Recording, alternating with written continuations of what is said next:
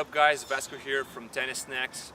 In today's video I'd like to talk about 3 different stages of the tennis game. People have the tendency of just focusing on the power and on the wow shots, something that is good to watch and makes you feel good, but by the end of the day, if you just look back at what you're doing, you're just focusing on a certain line of play. And there's so much more to it. So there's 3 different stages: the offense, transition, and defense. This is really important to understand all the nuances of the game, because if your opponent is taking a more offensive position, then what do you think that you should be adopting? What type of game plan you should be using? The answer is quite simple. If the other guy is forcing you in a more offensive way, you shouldn't go and also hit offense. Try to set back and work with a little bit more defensive shots. Because if the other guy is taking the risk, why should you also put yourself into risk? It doesn't make any sense. So understanding that there's 3 different stages of the rally: offense, transition, and defense, it's really important for you to understand the overall concept of the game. So if the other guy is hitting boom, really hard, the ball, just try to sit back.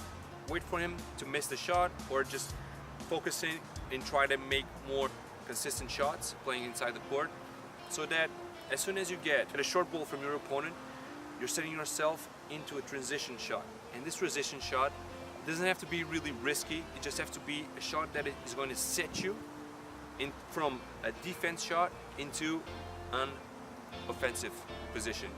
The transition shot is something that you can use to try and create a little bit of unbalance on the other side, so that it should be a low risk, high profit situation, because if you're positioning in the court, that makes you already gaining some leverage from your opponent. So don't just go and crack the ball, try to hit that winner. Try to make that transition shot in a way that you're not taking extra risks, but you're setting yourself to win the game with low risk, high profit. So the best way for you to understand the concept of offense, transition, and defense is picture this, and a simple elastic band. So if the other guy is pushing the level to be more offense or more offensive, you should just try and hold that elastic band so it doesn't snap. So if both of you guys just push it hard, it will just snap. So make sure that you understand that if the other guy is pushing the level, don't just go for it and try to also to outrun the guy by playing even harder.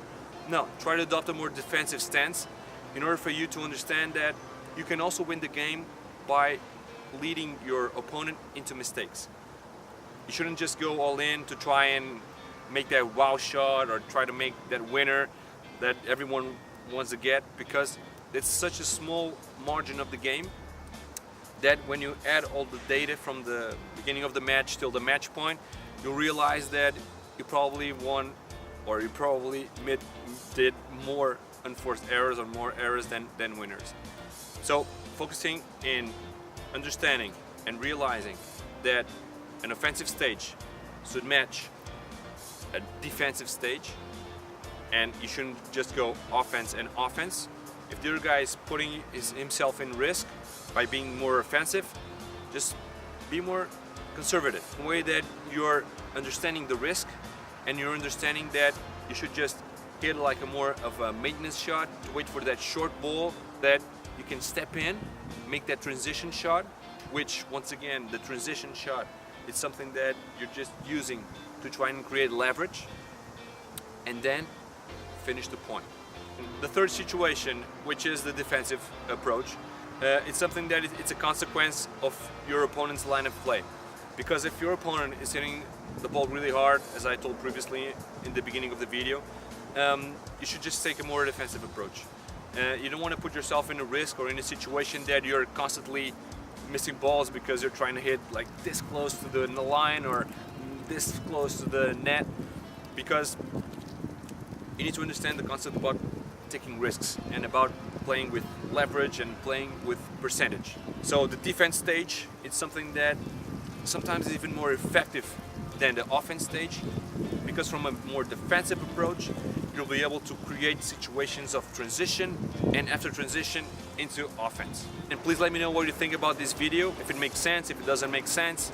Please share your personal experience on games and any other questions or doubts that you might have. Leave those comments down below. See you next time, and thanks for watching.